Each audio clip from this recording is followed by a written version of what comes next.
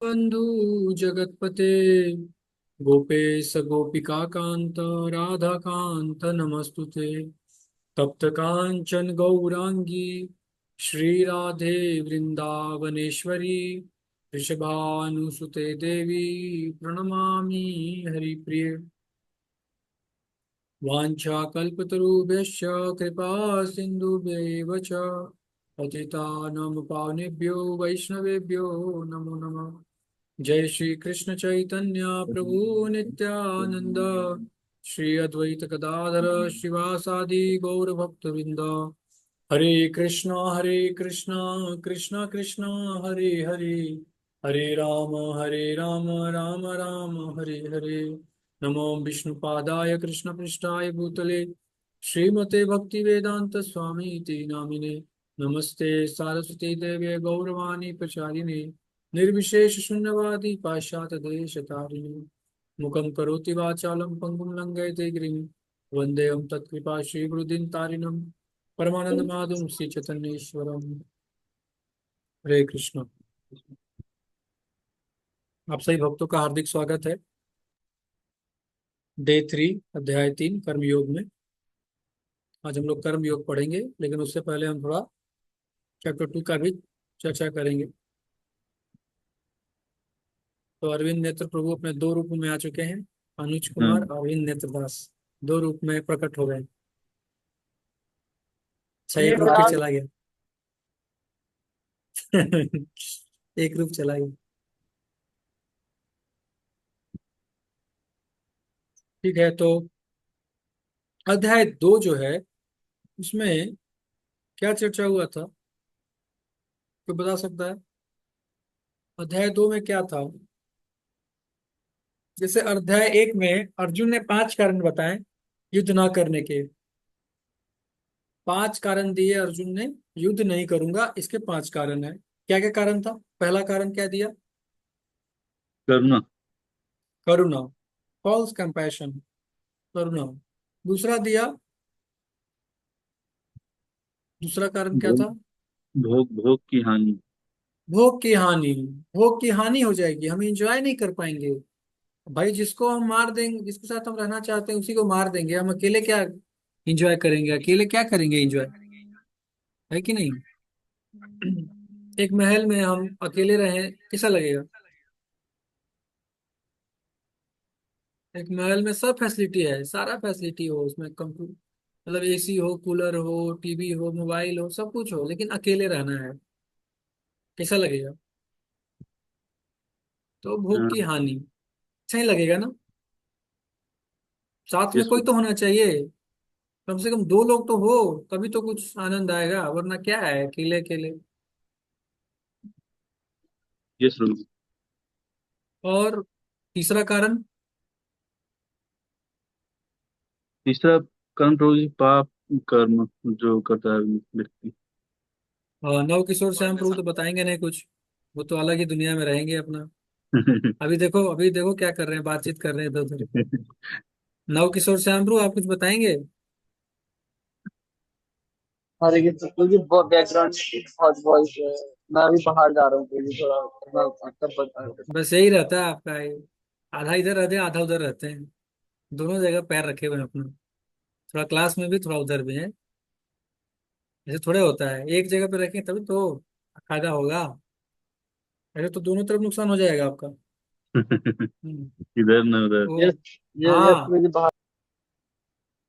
तो अर्जुन का जो ये प्रश्न था, ये मतलब तर्क था कि भोग की हानि, तो इसमें भगवान बोलते हैं कि नहीं नहीं, तुम्हारा भोग की हानि नहीं, दोनों हाथ में लड्डू है। तो नव किशोर प्रभु दोनों हाथ में लड्डू रखना चाहते हैं, लेकिन ऐसा संभव नहीं है, इधर या तो इधर है तो उधर। आजकल जूम का फैसिलिटी बड़ा अच्छा है, मतलब आप कहीं भी रहिए, अपना कान में लगा लीजिए और गाड़ी चलाते रहिए या कहीं भी रहिए, पता नहीं चलता है। हम्म। जैसे स्कूल में बच्चे लोग क्या करते थे कि जूम पे ऑनलाइन लॉगिन कर लिए कोरोना के टाइम पे, और गाय गायब है, अपना कुछ कर रहे हैं और इधर अटेंडेंस बन रहा है। तो ऐसे बहुत बच्चों ने किया, उनका पढ़ाई बहुत खराब हो गया। वैसा हमको नहीं करना है, क्यों? क्योंकि हमारा तो भाई भक्त लोग हैं हम लोग तो अपनी स्वेच्छा से ज्ञान लेने आए हैं। तो ये थोड़ा ना कंपलसरी है कि नहीं? Yes sir. इसके बिना भी हमारा मटेरियल लाइफ चल जाएगा, है कि नहीं? लेकिन फिर भी हमको ये ज्ञान लेना चाहिए। क्यों? क्योंकि इस ज्ञान से ही हम अपना मटेरियल लाइफ भी सक्सेसफुल कर पाएंगे और स्पिरिचुअल लाइफ भी, क्योंकि हमारा स्पिरिचुअल बैकग्राउंड है। हम स्पिरिट सोल हैं। हम बिना स्पिरिचुअल नॉलेज के, बिना स्पिरिचुअल लाइफ के हम रह ही नहीं सकते हैं, सर्वाइव नहीं कर सकते हैं। जिस प्रकार से एक मछली बिना जल के सर्वाइव नहीं कर सकती, आप जल से उसको निकाल करके उसको पिज्जा खिलाइए, बर्गर खिलाइए, इधर उधर घुमाइए, 5 स्टार होटल में ले जाइए, आईफोन दीजिए, क्या वो खुश है? नहीं संतुष्ट रह सकती है। संतुष्ट उसको मछली को जल में ही मिलेगा। उसी प्रकार से हम जीवात्माओं को संतुष्टि भगवत भक्ति में ही मिलेगा। बिना भक्ति के हम संतुष्ट नहीं हो सकते। बिना भक्ति के हम सरवाइव नहीं कर सकते। तो इसीलिए भगवत गीता का ज्ञान बहुत जरूरी है। भगवत गीता एकदम साइंटिफिक तरीके से बताता है कैसे भक्ति में हमको बढ़ना है आगे, और किस प्रकार से भक्ति जरूरी है, और कितना प्रैक्टिकल है। मतलब बिल्कुल प्रैक्टिकल है। कई इसमें हमको फिजिकल स्पेस से ज्यादा मेंटल कॉन्शियसनेस, मेंटल स्पेस पे ज्यादा फोकस किया गया। हम सोचते हैं, हमारा जो धारणा होता है ग्रॉस रूप में धारणा होता है। हम जो टीवी सीरियल से देख करके बड़े हुए हैं, तो हम टीवी सीरियल में देखते हैं कि अरे साधु मतलब जंगल में चला गया, पहाड़ में तपस्या कर रहा है। बी आर चोपड़ा का महाभारत देख करके हम सोचते हैं कि पहाड़ में लेकिन वो भाई सतयुग में था ऐसा सिस्टम, कलयुग में नहीं है। और एक्चुअली में स्पिरिचुअलिटी मन का विषय है। मन सब, माइंड को कितना एब्जॉर्ब है आपका भक्ति में, वो है। ये सब तो रिचुअल है, तिलक लगाना, कंठी पहनना, कपड़े पहनना, ये भी जरूरी है। लेकिन ये सेकेंडरी है, प्राइमरी नहीं। प्राइमरी है हमारा माइंड। हमारा माइंड, हमारा कॉन्शियसनेस कितना भगवान में एब्जॉर्ब है, कितने हम अच्छे क्वालिटीज डेवलप कर रहे हैं, ये है भक्ति। तुम भी जाओ बाहर दादू के पास। ये अनुज प्रभु, ये माइक बंद कर दो। तो ये चीज है। तो अर्जुन यही बता रहे हैं पहले अध्याय में कि 5 तर्क दिए कि युद्ध नहीं करूंगा। इसके 5 तर्क तो रहे।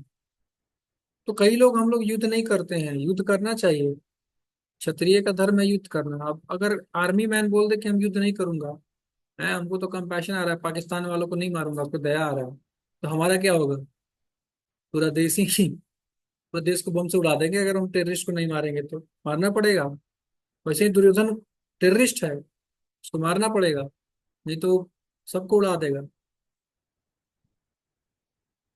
तो अर्जुन ने 5 तर्क दिए, जिसमें पहला तर्क है करुणा, दूसरा तर्क है भोग की हानि, तीसरा तर्क है कुल का नाश, कुल नष्ट हो जाएगा, और चौथा तर्क है, क्या है चौथा तर्क? पाप फल का डर। पाप फल लगेगा, मारेंगे तो पाप फल लगेगा। और पांचवा तर्क दे रहा है असमंजस। तो ये 5 तर्क दिए अर्जुन ने। तो इसका निराकरण, इसका खंडन भगवान करते हैं दूसरे अध्याय में। कैसे खंडन करते हैं बताएंगे? कौन बताएगा? करुणा खंडन क्या है? करुणा को कैसे खंडन करते हैं भगवान?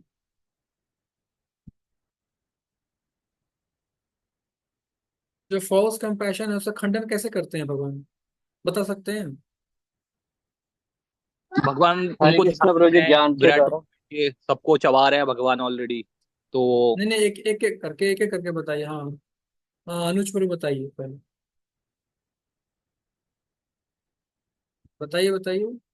नहीं, भगवान उनको अर्जुन को दिखाते हैं ना कि लाइक विराट रूप में है, वो सबको पहले ही मार रहे हैं, मतलब सब पहले ही मर मर चुके हैं, तो मतलब तो ऐसा है नहीं कि मतलब अर्जुन नहीं मारेंगे तो मरेंगे नहीं, तो पाप वगैरह का ऐसा कुछ है नहीं। वो नहीं मारेंगे तब भी मरेंगे। ये तो सही है, लेकिन ये जवाब तो भगवान 11वें अध्याय में बता रहे हैं ना।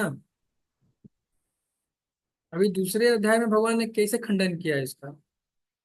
जो झूठा करुणा दिखा रहे हैं अर्जुन, फॉल्स कंपैशन, उसको कैसे खंडन किए? ये कंपैशन फॉल्स है कि ट्रू है? सही में करुणा करना अच्छा चीज है कि नहीं? अर्जुन जो करुणा कर रहे हैं, क्या वो अच्छा है? और नहीं है तो क्यों नहीं है? जो है तो क्यों है, बताइए।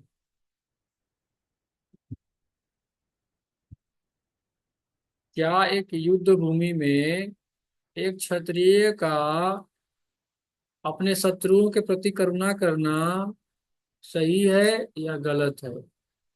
अगर सही है तो क्यों, और गलत है तो क्यों?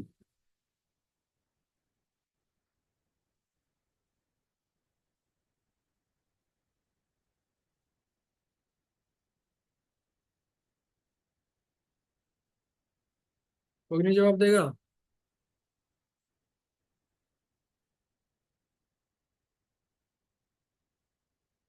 ठीक है, मैं ही जवाब दे देता हूँ। तो भगवान ने इस तर्क का खंडन किया, अर्जुन के इस तर्क का, आत्मज्ञान दे करके बोला कि तुम शरीर के प्रति कंपैशन दिखा रहे हो, लेकिन शरीर तो आज है कल खत्म हो जाएगा। आत्मज्ञान दिया भगवान ने, बोला कि हम शरीर है ही नहीं, हम आत्मा है। और तुम सोच रहे हो कि भीष्म पितामह मर जाएंगे, द्रोणाचार्य मर जाएंगे, मरेंगे ही नहीं भैया। वो सिर्फ शरीर बदल लेंगे। जैसे ही तुम उनको बाण मारोगे, वो अपना शरीर चेंज करके दूसरा शरीर में प्रवेश कर जाएंगे।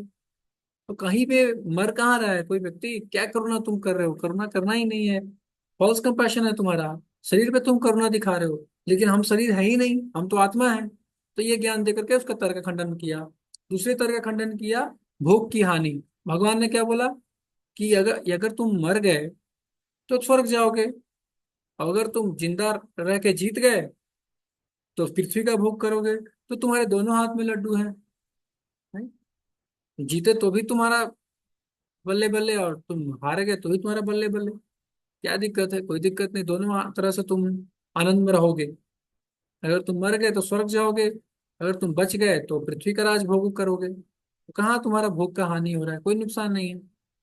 फिर तीसरा तर्क जो अर्जुन बोला कि पाप फल का डर है। पाप लग जाएगा ना, इतना मारूंगा, इतना हत्या कर दूंगा, हत्या का तो पाप होता है। हत्या करना, मर्डर करना पाप है। तो भगवान बोले कि धर्म के लिए हत्या करना पाप नहीं है, अधर्मी लोग को मारना पाप नहीं है। 6 प्रकार के आतताई होते हैं जिनको मारने से कोई पाप नहीं लगता है। मनुस्मृति धर्मशास्त्र ये कहती है कि 6 प्रकार के आतताई हैं, जिसको आप मारेंगे तो पाप नहीं लगेगा। है ना, भगवत गीता में 6 प्रकार के आतताई बताए गए हैं। जो आपका घर आग लगा दे, लूट ले, आपकी बीवी को उठा ले, है ना, इस प्रकार से 6 प्रकार के आतताई बताए गए हैं। उनको मार देने से, इमीडिएट उनको मार देना चाहिए, और उनको मारने से किसी प्रकार का कोई पाप नहीं लगता है, ऐसा मनुस्मृति में बताया गया है। बहुत साल पहले, बहुत 5 साल पहले। अभी तो पुलिस केस कर देना चाहिए, मारना नहीं चाहिए ज्यादा। देखना चाहिए कहाँ पे कोर्ट क्या, हमारा लॉ क्या अलाउ करता है अभी के केस में। उसके बाद आता है, पाप फल का डर के बाद आता है कुल का नाश। अर्जुन बोला कि कुल का नष्ट हो जाएगा ना, मेरे अगर बाबा मर जाएंगे, अगर मेरे आचार्य मर जाएंगे तो फिर घर में कोई नहीं रहेगा समझाने के लिए, कोई पति नहीं रहेगा, तो स्त्री इंडिपेंडेंट हो जाएगी, तो नुकसान हो जाएगा, उससे पूरा कुल नष्ट हो जाएगा। तो भगवान बोल रहे हैं कि नहीं, कुल का नाश नहीं होता है। अगर भक्ति करोगे, अगर धर्म का पालन करोगे, तो कुल की वृद्धि होती है। जैसे कि प्रहलाद महाराज ने भक्ति किया, तो उनका 21 पीढ़ी का उद्धार हो गया, 21 पीढ़ी का उद्धार। इसी प्रकार से ध्रुव महाराज ने भक्ति किया तो उनकी माँ भी वैकुंठ चली गई। है ना, उनकी माँ भी वैकुंठ चली गई। तो कभी भी भक्ति करने से नुकसान नहीं होता है। हाँ? तो ये तर्क का खंडन किया। फिर अर्जुन बोला कि कंफ्यूजन है, कंफ्यूजन, क्या करूं? युद्ध करना श्रेष्ठ करे, युद्ध न करना श्रेष्ठ करे, क्या श्रेष्ठ है? मुझे समझ में नहीं आ रहा, कंफ्यूज हूं मैं। एकम वद निश्चित्य येन श्रेयोहम आपनुयाम। मेरे लिए जो श्रेष्ठ कर बताइए, एक बताइए, मैं कंफ्यूज हूँ।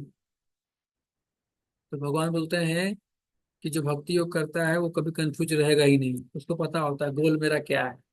माई डेस्टिनेशन इज कृष्ण प्रेम। उसको कंफ्यूजन नहीं है, कंफ्यूज नहीं होता। वो जानता है कि मैं भगवान का दास हूँ, सेवा करना मेरा धर्म है, कृष्ण प्रेम मेरा गोल है। खत्म। क्या डिस्ट्रैक्शन? कई डिस्ट्रैक्शन नहीं। और भक्ति, भक्ति योग तो आपका फोकस को बढ़ा देता है। आप चैंटिंग करके देखिए, आपका फोकस बढ़ जाएगा ऑटोमेटिकली। एक एक चैंटिंग करने वाला, एक नॉन चैंटिंग करने वाला, जो चैंटिंग नहीं करता है, दोनों को बैठा के देख लीजिए, कुछ याद करवा दीजिए, दोनों में से कौन जल्दी याद करके दिखाता है, देख लीजिए आप। हमारे बेस में कई लोग रहते हैं, डीयू बेस में या कहीं भी कॉलेजेस के पास हम बेस बनाते हैं, भक्ति वेदांत एकेडमी फॉर कल्चरल एजुकेशन। तो बेस में जो भक्त होते हैं वो तो चैंटिंग करते हैं, तो उनका पढ़ाई में और अच्छा नंबर आने लगता है, अचानक से उनका नंबर बढ़ने लगता है, चमत्कार हो जाता है।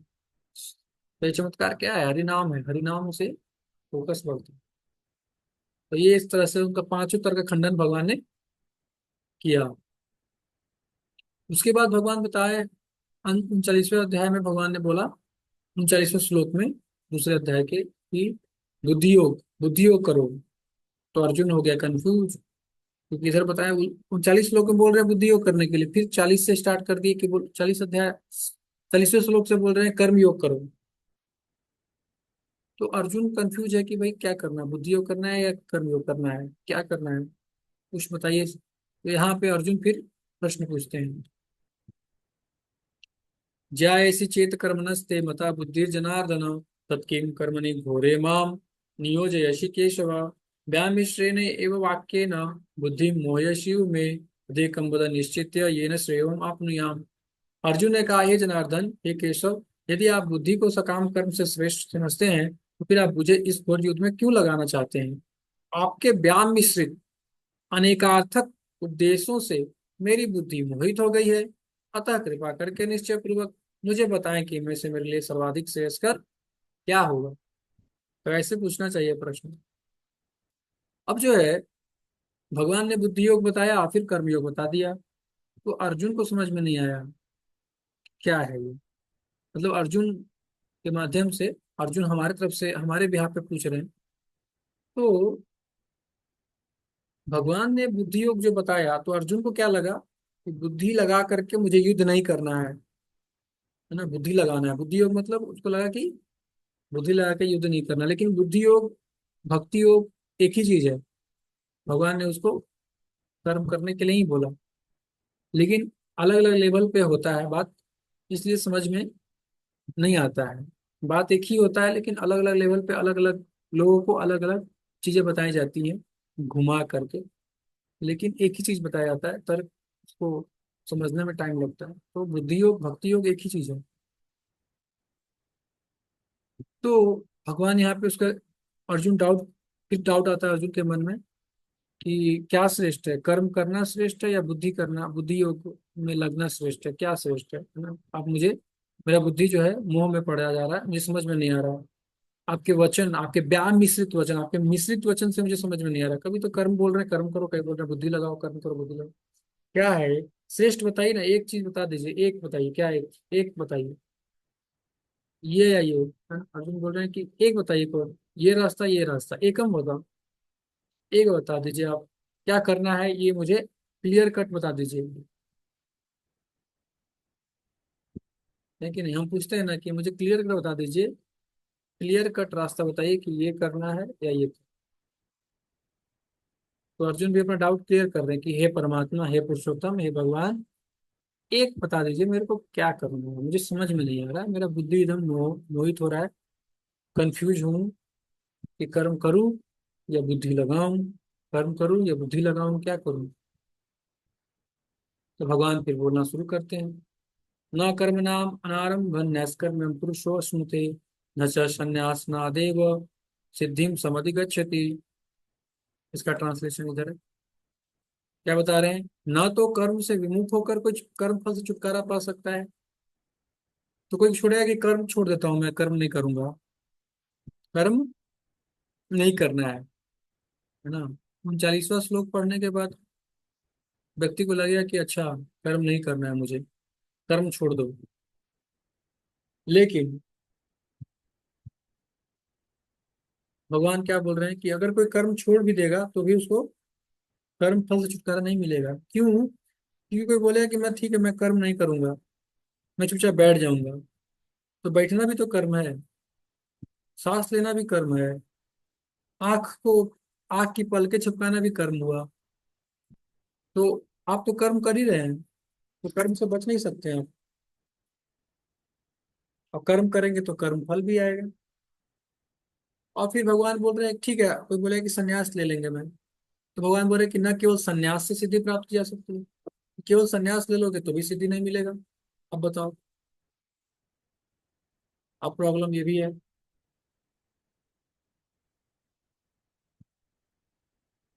फिर कर्मेंद्रियानि संयम है हाँ। तो भगवान जो है, ऐसे है सिस्टम कि हर कोई संन्यास नहीं ले सकता है। है ना? संन्यास, और हर किसी के लिए संन्यास है भी नहीं, क्योंकि अगर हर कोई सन्यासी बन जाए तो फिर तो संसार चलेगा इसे। संसारिक लोग के लिए संन्यास लेना आसान नहीं है, उनके लिए बड़ा मुश्किल है। नहीं तो अमेजन वाला, फ्लिपकार्ट वाले, ये सब कंपनी क्या है, ये सब किसके पैसे पर चल रहे हैं ये लोग?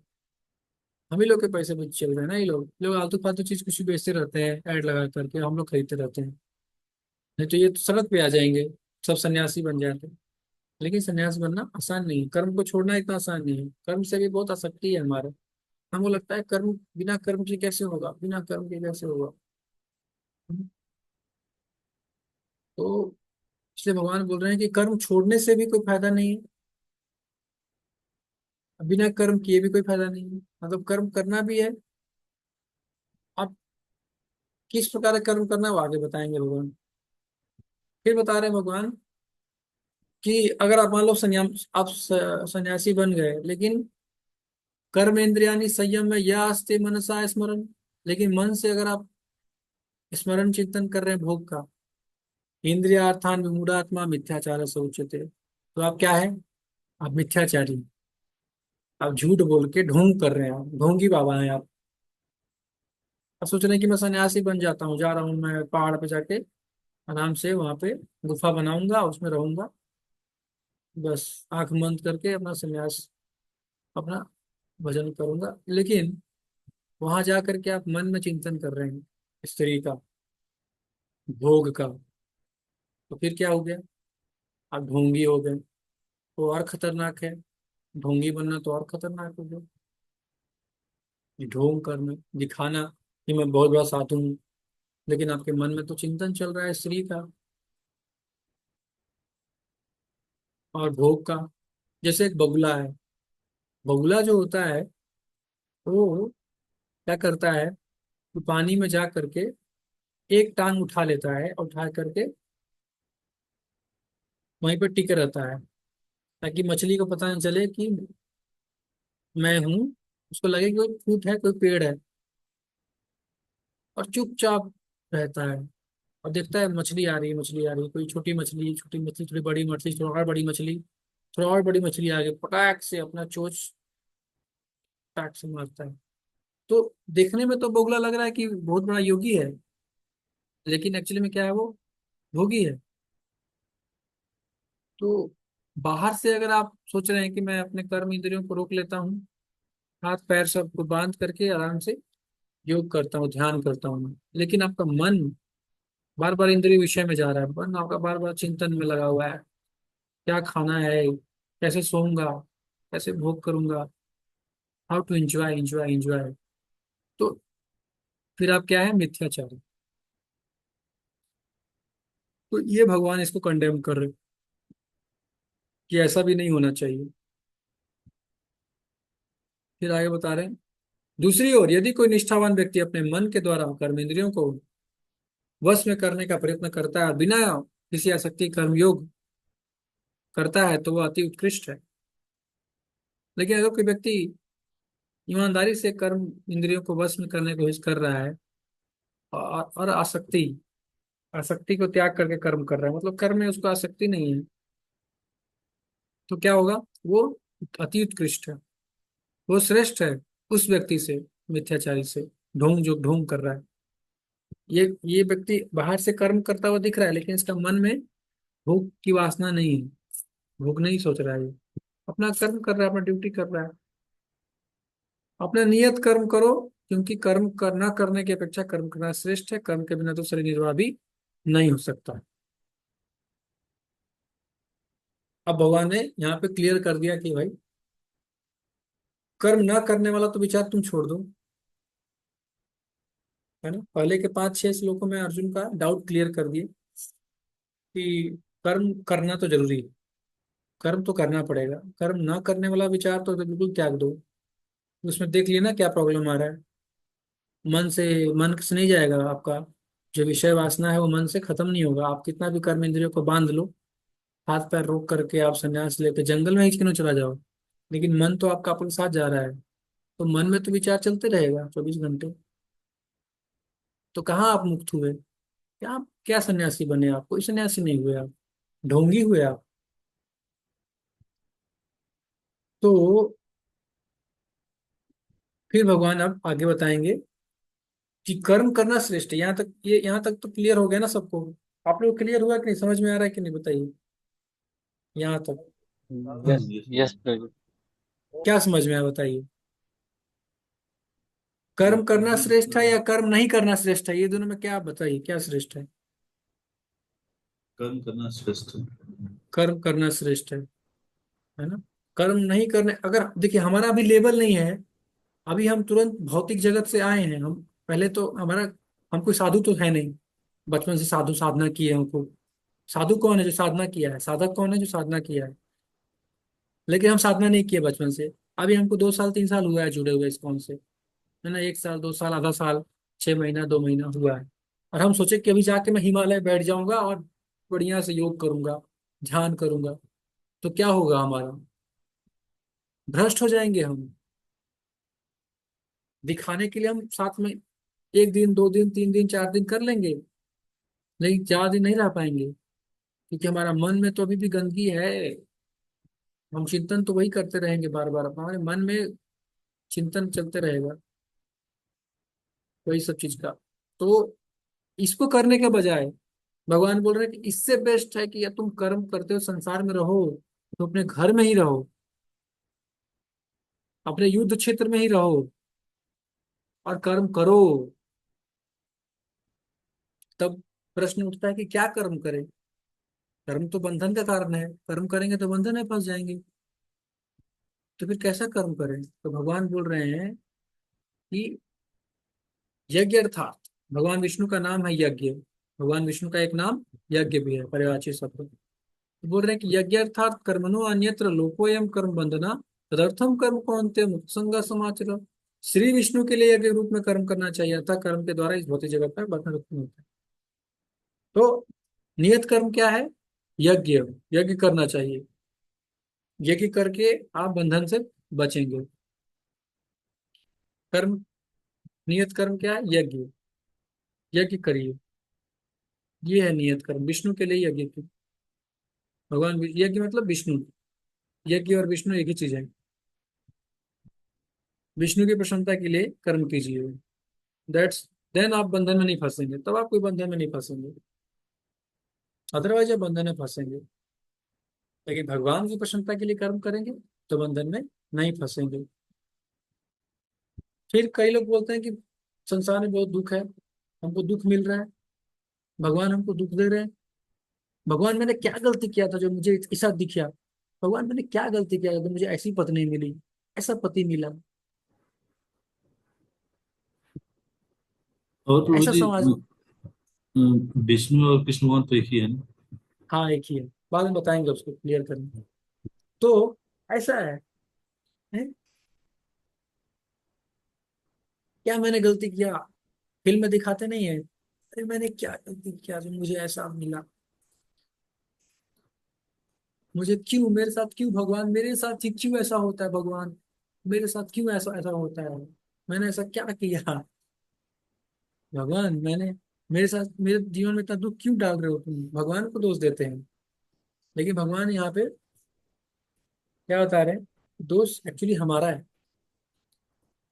कोई भी नियम बनाया गया है, अगर हम उसको नहीं पालन करते हैं तो समस्या हमको मिलेगा। तो इसी तरह से जैसे कानून बनाया गया है, उसका हम पालन ना करें तो किसको नुकसान होगा? मान लीजिए कि हम बिना टिकट के ट्रेन में चढ़ जाएं, तो किसको दिक्कत होगा? फाइन किसको भरना पड़ेगा? हमको। हो सकता है टीटी निकाल दे हमको ट्रेन से बाहर। ट्रैफिक नियम हम नहीं पालन करेंगे और हमारा गाड़ी अगर ठुक गया, चोट किसको लगेगा? हमको। सरकार का क्या है? कुछ नहीं, हमारा नुकसान हो रहा है। तो भगवान ने एक नियम बनाया। क्या नियम बनाया? देवान भावयतानेन ते देवा भावयन्तु वः परस्परम भावयन्त श्रेय परम वाप्सितो। यज्ञों के द्वारा प्रसन्न होकर देवता तुम्हें प्रसन्न करेंगे, और इस तरह मनुष्यों तथा देवताओं के मध्य सहयोग से सबको प्रसन्नता प्राप्त होगी। तो इतना समझ में आ गया कि कर्म क्या करना है? यज्ञ करना है। तो यज्ञ से क्या, क्यों यज्ञ करना है? क्योंकि यज्ञ करोगे, यज्ञ करके देवताओं को तुष्ट करो और देवता तुमको बारिश के रूप में तुमको तुष्ट करेंगे, है कि नहीं। यज्ञ करके तुम देवताओं को तुष्ट करो, देवता तुमको तुष्ट करेंगे, इस तरह से दोनों खुश, दोनों खुश। और इस तरह से साइकिल चलते रहेगा और फर्स्ट मम्मी क्लास बोलो एक चलते ग्लास रहेगा। ग्रीन टी ला दे। लेकिन लेकिन यदि आपने इस चक्र को तोड़ दिया, यदि आपने इस ग्रीन टी ला। नियम को तोड़ दिया, बोलो कि मैं देवताओं को क्यों दूं, बट मैं खुद ही अपना खा जाऊंगा, तब आप वहां पर फंस जाएंगे, तब आपको दिक्कत होना शुरू हो जाएगा, है कि नहीं। तब समस्या आ जाता है। आज आज समाज में सुखी, आज समाज में क्यों इतना सूखा पड़ रहा है, क्योंकि यज्ञ नहीं कर रहे हैं ना लोग, यज्ञ नहीं कर रहे हैं, बहुत स्वार्थी हो गए हैं लोग। स्वार्थ में इतना पागल हो गए हैं कि इनको अज्ञानता में इतना पागल हो गए हैं कि उनको समझ में नहीं आता है कि यज्ञ करना चाहिए। यज्ञ नहीं करने की वजह से सूखा पड़ रहा है। तो फिर कोई प्रश्न करेगा कि यज्ञ करे तो कौन सा यज्ञ करे, है ना। ये अच्छा, और इसमें ये भी बता रहे भगवान कि हमको क्या खाना चाहिए। तो हमको यज्ञ का बचा हुआ प्रसाद खाना चाहिए। यज्ञ शिष्टा असीनो संतो मुच्यन्ते सर्वकिल विषय भुंजते तो घम पापा ये पचंती आत्मकारम। कि हमको खाना क्या चाहिए, जो यज्ञ से जो बचा हुआ हविस है उसको खाना चाहिए। हविस मतलब प्रसाद। सतयुग में यज्ञ क्या था, वो करते थे यज्ञ स्वाहा स्वाहा। त्रेता में अर्चन, नहीं सतयुग में ध्यान करते थे। और सतयुग त्रेता और द्वापर में तो यज्ञ होता था स्वाहा वाला, अग्नि में स्वाहा करने वाला। लेकिन कलयुग में यज्ञ जो है वो कुछ और है, आगे आएगा वो। कलयुग का यज्ञ कुछ और है। तो हमको यज्ञ करना चाहिए, है ना। और यज्ञ करेंगे तो हमारा जीवन अच्छा चलेगा, साइकिल में हम रहेंगे तो हमारा जीवन फर्स्ट क्लास चलेगा। और यज्ञ को हम नहीं करेंगे तो हमारा जीवन में सूखा आएगा, बाढ़ आएगा, तूफान आएगा, प्रॉब्लम आएगा। नियम को तोड़ेंगे तो प्रॉब्लम किसको आएगा, खुद को। तो दुख का कारण कौन है, हम खुद हैं। हम खुद अपने दुख का कारण हैं, हम खुद अपने दुख को बुलावा देते हैं। हम नियम नहीं फॉलो करेंगे तो दुख किसको होगा, हमको होगा। ज्यादा मीठा खाओगे तो डायबिटीज हो जाएगा। नियम क्या है, संयम में खाना है, बैलेंस खाना है। ज्यादा खा लोगे तो पेट खराब, बहुत कम खाओगे तो उसका अलग बीमारी हो जाएगा।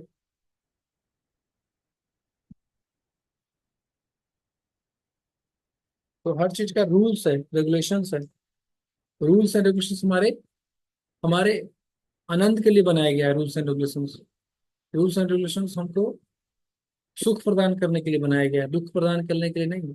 लोग सोचते हैं क्या रूल्स एंड रेगुलेशंस है, जो मन में आया करो, जैसे जीना है जियो, क्या है जो इच्छा है करो,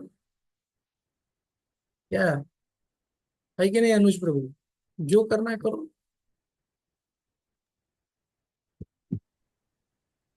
बिंदास जियो, ट्रैफिक नियम तोड़ो। क्या है इतना नियम कानून फॉलो करना, है कि। और फिर चोट लगेगा तो किसको बोलेंगे फिर, है ना। हेलमेट नहीं पहनेंगे और बाद में आपका सर फटेगा तो फिर क्या, फिर पुलिस बोलेगा क्यों मजा आया, बड़ा ही बिंदास जी रहे थे, अभी सर फट गया, अब क्या करोगे, जाके सिलाओ, टका लगाओ, पैसा खर्च करो, बर्बाद करो। ठंडी में जम के आइसक्रीम खा लिए, अरे अरे क्या है नियम कानून, अरे खाओ यार, क्या है जीवन में, खाओ, बस खाओ खाते खाते बीमार पड़ो।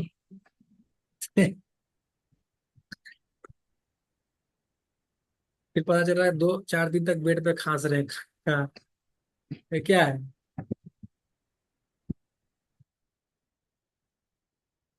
तो हमको भूख लगा के खाना चाहिए भगवान को, खाना मना नहीं। भक्ति योग में कोई भी चीज मना नहीं किया जाता है, बल्कि उसको भगवान से जोड़ना है। ये भक्ति योग है। भक्ति योग में लोग सोचते हैं कि भक्ति योग, भक्ति करना है, भक्ति करना पड़ेगा, ये क्या छोड़ना पड़ेगा।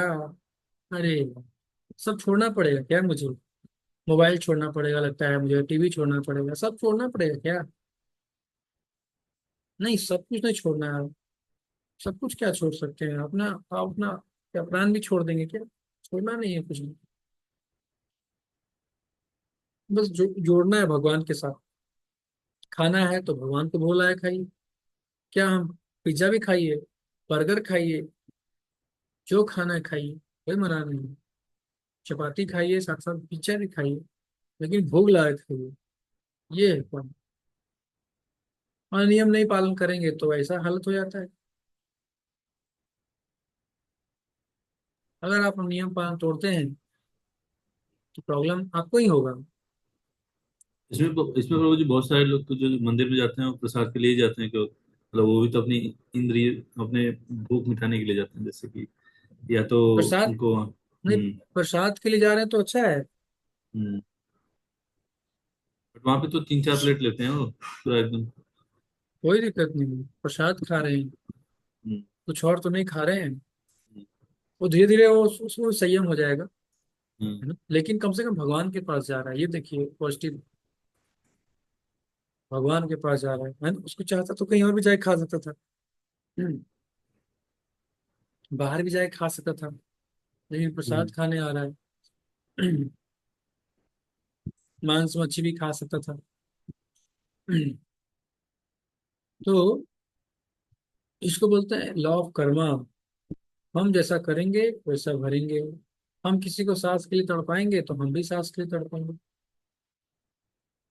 The point we have to understand is that we can not hurt anyone. हम रूल्स को नहीं तोड़ सकते, रूल्स मत तोड़िए। भगवान ने हमारे लिए क्या बनाया है? शाकाहारी भोजन। लेकिन हम खा रहे हैं मांसाहारी। मांसाहार हमारे लिए नहीं है। हम्म, न साइंटिफिकली है, नहीं शास्त्रों के अनुसार अनुमोदित है।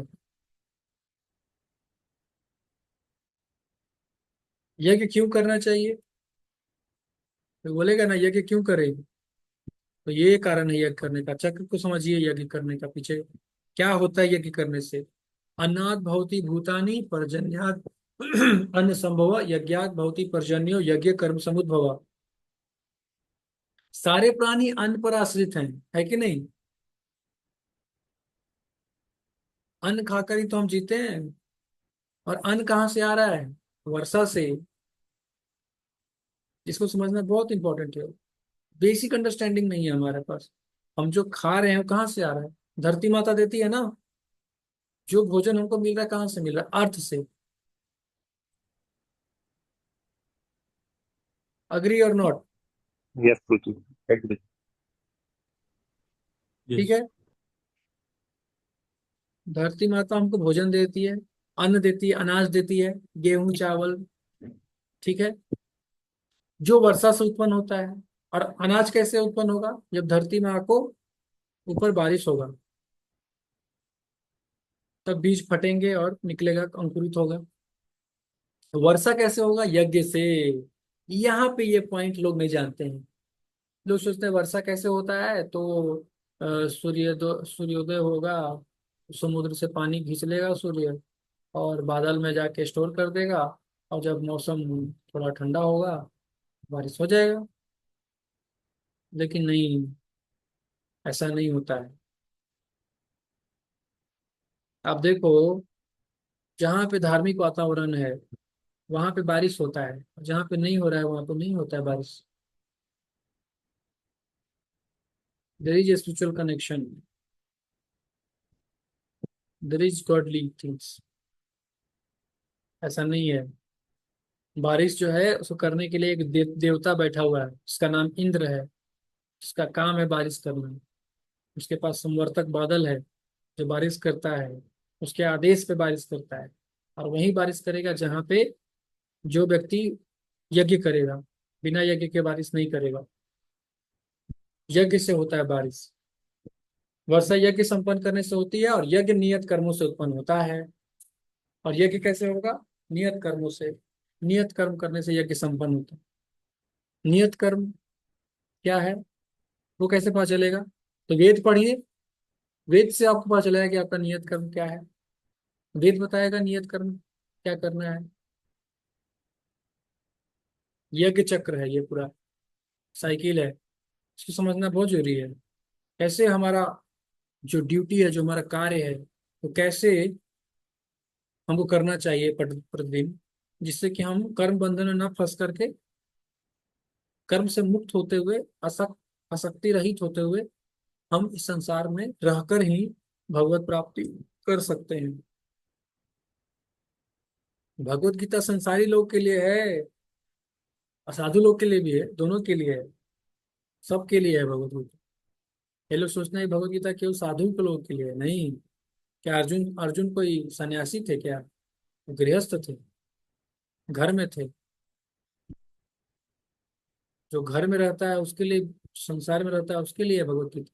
क्योंकि भगवान जानते थे कि कलयुग में संन्यास लेना बहुत मुश्किल है, हर कोई संन्यास नहीं ले पाएगा कलयुग में। इसलिए भगवान ने ये प्रैक्टिकल गीता दी है, जिसमें अब इसको इससे इसमें अब कोई प्रैक्टिकल बात बोल रहा है कि इसमें, अरे प्रभु जी गीता प्रैक्टिकल नहीं है, कुछ प्रैक्टिकल बताइए, तो वो मूर्ख है। गीता प्रैक्टिकल ही है। अब इसमें अलग से कुछ प्रैक्टिकल बताने की जरूरत नहीं है, ये खुद ही प्रैक्टिकल है।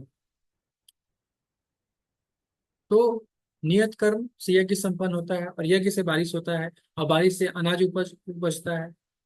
तो ये साइकिल समझ में आया, कैसे कैसे काम करता है सिस्टम। बिना यज्ञ के बारिश नहीं होता, बिना बारिश के अनाज नहीं मिलेगा आपको। तो जो लोग सूखे में मर रहे हैं, वो क्यों मर रहे हैं? क्योंकि वो यज्ञ नहीं कर रहे हैं। यज्ञ यज्ञ कैसे संपन्न होगा? नियत कर्म करने से। और नियत कर्म कैसे पता चलेगा? शास्त्र से। शास्त्र से, शास्त्र तो नियत कर्म पता चलेगा। तो ये यज्ञ चक्र है। इस यज्ञ चक्र को फॉलो करेंगे तब आपको अनाज मिलेगा, और इस प्रकार से चलता है। वेद से पता चला है कि आप ब्राह्मण, क्षत्रिय हैं, वैश्य हैं, शूद्र हैं।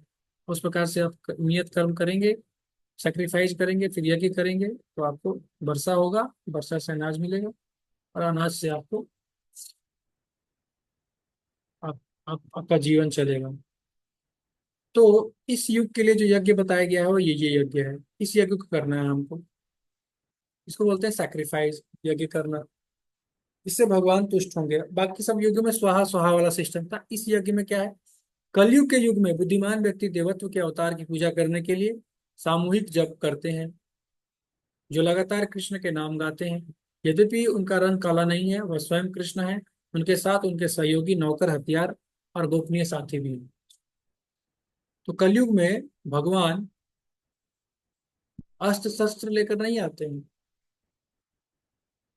बाकी युगों में भगवान अस्त्र शस्त्र लेके आते हैं, धनुष, चक्र।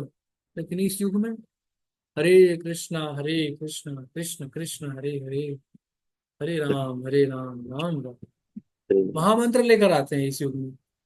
ये भगवान का शस्त्र है इस युग में। कलयुग में भगवान कोई और शस्त्र नहीं लाते, केवल हरिनाम का शस्त्र। और ये, इससे हम भगवान की पूजा कर सकते हैं। अपना कर्म कीजिए, और फिर उस कर्म से, उस नियत कर्म से जो फल आता है उसे भगवान को चढ़ाइए भोग, और भगवान का पूजा कीजिए हरिनाम करके। यज्ञ संपन्न कीजिए, बारिश होगा, बारिश से आपको अनाज मिलेगा, अनाज को भोग लगाइए, खाइए। फिर से अपना वेद शास्त्र पढ़िए। नियत नियत कर्म जो भी है, मतलब नियत कर्म जो भी है पता चल गया, मेरा नियत कर्म ये है, मेरे स्वभाव के अनुसार ये कर्म है, सो करिए। साथ ही साथ आप हरिनाम भी लीजिए, क्योंकि वो यज्ञ है।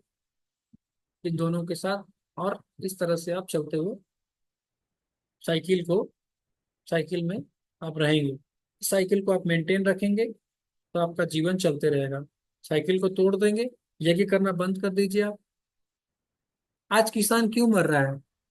क्योंकि किसान खेती तो कर रहा है, लेकिन यज्ञ नहीं कर रहा, हरिनाम नहीं कर रहा, भगवान को भोग ला के नहीं खाता है। इसलिए किसान मर रहा है सूखा से, इसलिए उसको प्रॉब्लम आ रहा है। अगर वो यज्ञ करे, हरिनाम करे, या अपने घर में कीर्तन करवाए, रोज खुद कीर्तन करे, घर में बैठ के पति पत्नी बच्चे सब बैठ के कीर्तन करें, 2 घंटा, 1 घंटा, आधा घंटा, जितना भी समय मिले, देखिए बारिश होना हो जाएगा, शुरू हो जाएगा बारिश। सूखा नहीं पड़ेगा, उसका अनाज बढ़िया होगा, भगवान को भोग ला के खाए। जो अनाज उत्पन्न हुआ उसको भोग लगाए, भगवान को भोग लाया खाए। नहीं तो मुश्किल हो जाएगा उसका जीना। जीवन कैसे धारण करोगे बिना अनाज के? अनाज उत्पन्न कैसे होगा? बारिश से होगा। और बारिश कैसे होगा? यज्ञ से। यज्ञ कैसे संपन्न होगा? नियत कर्म से। तो ये साइकिल है। ये साइकिल को अगर आप नहीं फॉलो करोगे तो आपको दुख रहेगा, हमेशा दुख में रहोगे, दुखी रहोगे हमेशा।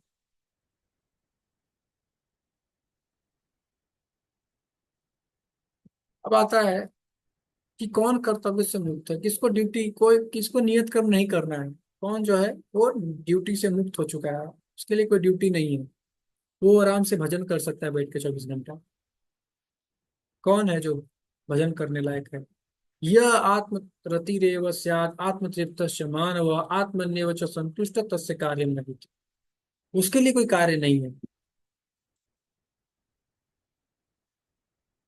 भाई भगवान ने 16 तक उन उन लोगों के लिए बताया जो कर्म से आ सकते हैं, जिनको भी कर्म करना जरूरी है। अब भगवान बता रहे हैं कि ये उन लोगों के लिए बता रहे हैं जो कर्म से मुक्त हैं, इनको कोई कार्य करने की जरूरत नहीं है। कौन लोगों को? जो व्यक्ति आत्मा में ही आनंद लेता है, ऐसा जिसका जीवन आत्म साथ सत्व युक्त है और जो अपने में ही पूर्णतः संतुष्ट रहता है, उसके लिए कुछ करनी नहीं है। उसके लिए कोई कार्य नहीं है। जो आत्म तृप्त हो, आत्माराम है, आत्माराम बन चुका है, उसके लिए इस स्टेज पे अगर आप आ चुके हैं, तब आपके लिए कोई कर्म करना नहीं बचा है। कोई कार्य आप नहीं भी करेंगे तो भी चलेगा, क्योंकि आपका ड्यूटी, आप ड्यूटी से ऊपर उठ चुके हैं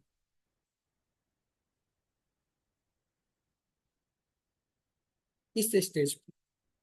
लेकिन उससे पहले आपको कर्म करना पड़ेगा। जब तक आपका ये स्टेज नहीं आता है, अनासक्त, कर्म फल से अनासक्त होकर के आत्म तृप्त हो जाए, तब तक आपको कर्म करना पड़ेगा।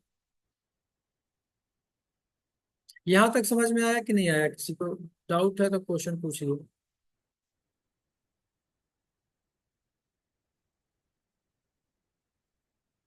आ रहा है मुझे, आ रहा है। आ रहा है ना? हाँ, एकदम सिस्टमेटिक और साइंटिफिक है भगवत गीता।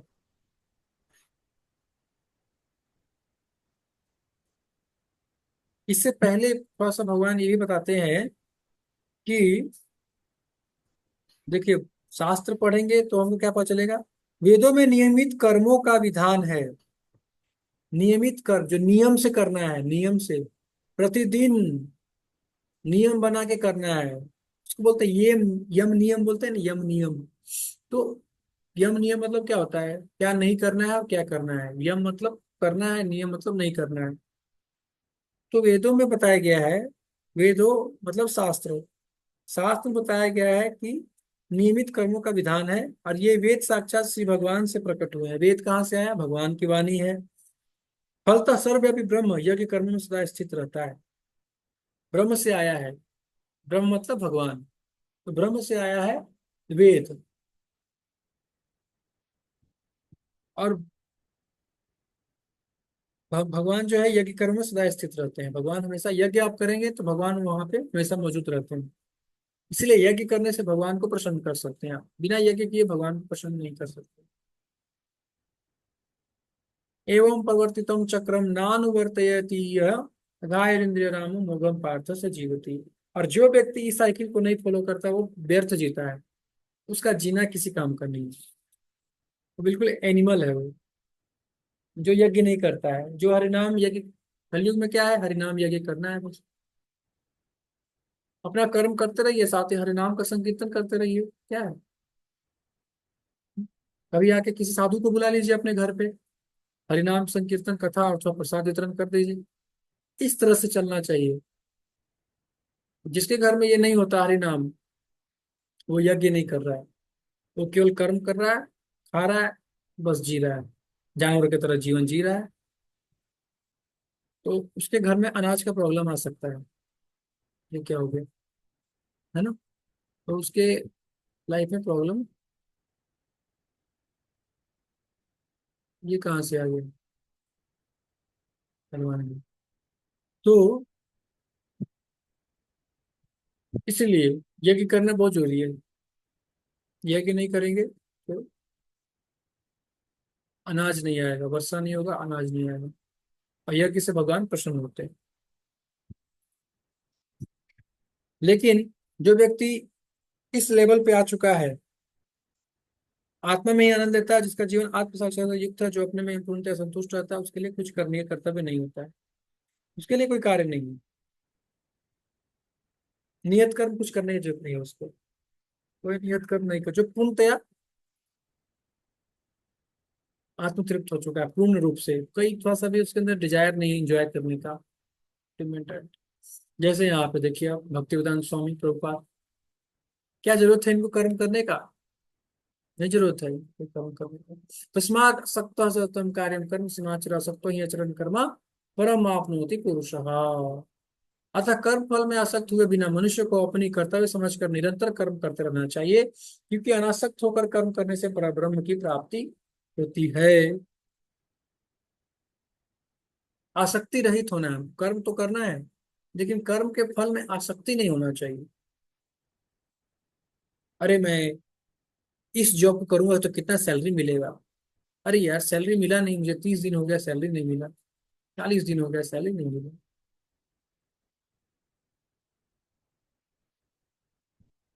है कि नहीं? एग्जाम लिख दिए, या रिजल्ट आएगा कि नहीं आएगा, अच्छा मार्क्स आएगा कि नहीं आएगा, पता नहीं कितना नंबर आएगा। टेंशन ले रहे हैं, टेंशन ले रहे हैं तो क्या आपके हाथ में है क्या? क्यों टेंशन ले रहे हो? आपने अपना काम किया ना, आपने अपनी ड्यूटी ईमानदारी से किया ना, बस। अब भगवान पे छोड़ दो, भगवान हमारे कर्मों के हिसाब से एक्शन कर देंगे, कितना मिलना होगा मिल जाएगा। क्या इतना टेंशन लेना, कितना मिलेगा नहीं मिलेगा, क्या होगा क्या नहीं होगा, पता नहीं क्या होगा। सब देखने के लिए भगवान ऊपर बैठे हुए हैं, देख रहे हैं सब कुछ, तो पता है कि मुझे इसको कितना देना है, क्या मतलब आपको से कितना, के कर्म के हिसाब से आपको मिल जाएगा, जितना आपको मिलना होगा भगवान को। आपके इंडिवियर करने ना करने से कुछ होता नहीं, लेकिन फिर भी आपको इंडिवियर करना है, क्योंकि भगवान बोल चुके हैं खाली बैठने से अच्छा है कुछ करो। और भगवान ये भी बोल रहे हैं कि क्या करो, तो आप बोलेंगे खाली बैठने से अच्छा है करो, ठीक है, क्या करें? भगवान बोल रहे यज्ञ करो, नियत कर्म करो, और या साथ साथ यज्ञ करो, जिससे तुम बंधन में नहीं फंसोगे, नहीं तो तुम बंधन में फंस जाओगे, कर्म करते हुए बंधन में फंस जाओगे, संसार में फंस जाओगे और ज्यादा। तो भगवान बोल रहे हैं कि अच्छा विष्णु के लिए कर्म करो, कर्म करना ही है तो विष्णु के लिए कर्म करो, भगवान की प्रसन्नता के लिए कर्म करो, संकीर्तन यज्ञ करो, यज्ञ करो। क्या यज्ञ करो? संकीर्तन यज्ञ करो। ऐसे तुम फंसोगे नहीं, संकीर्तन करो, भगवान के लिए कमाओ, भगवान के लिए, भगवान को भोग लाए खाओ, इस तरह से तुम कर्म करो, आसक्त मत रहो कर्म से। मान लो तुम जॉब कर रहे हो, तुमको सैलरी मिल रहा है, आसक्ति नहीं होना चाहिए इस जॉब के अंदर, बहुत ज्यादा आसक्ति, फल से आसक्ति नहीं, कर्म फल से आसक्ति। पैसा मिलेगा, इतना पैसा मिलेगा, ये पैसा आएगा महीने के अंत में, पैसा आएगा, खूब पैसा आएगा, खूब इंजॉय करूंगा, नहीं, ये भाव नहीं होना चाहिए।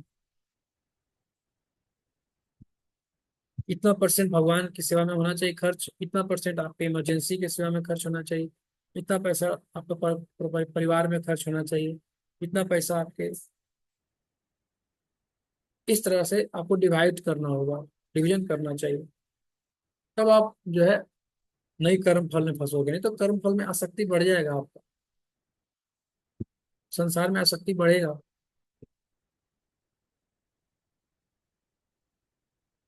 इसलिए मनुष्य को अपनी कर्तव्य समझकर निरंतर कर्म कर, ड्यूटी के रूप में कर्म करना है, कर्तव्य है इसलिए कर रहा हूँ, इसलिए नहीं कि मेरे लिए ये कर्म बहुत जरूरी है, नहीं, कर्तव्य है, मेरा ड्यूटी है,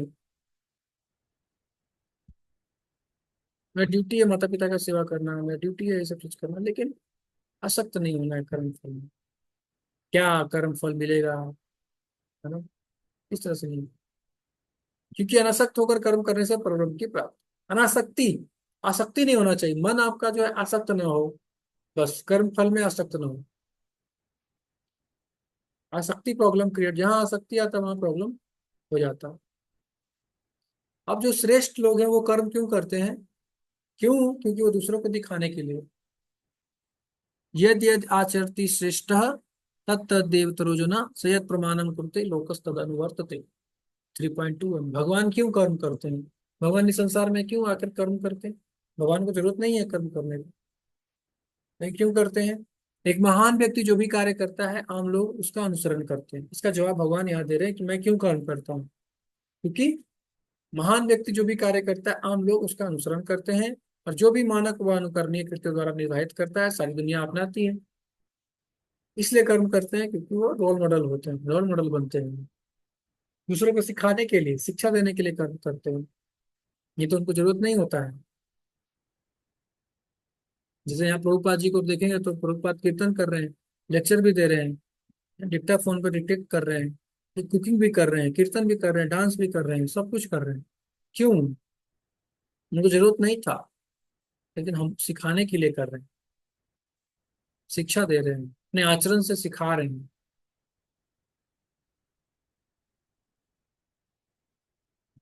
कि हमको इस संसार में कर्म करते रहना है भगवान के लिए।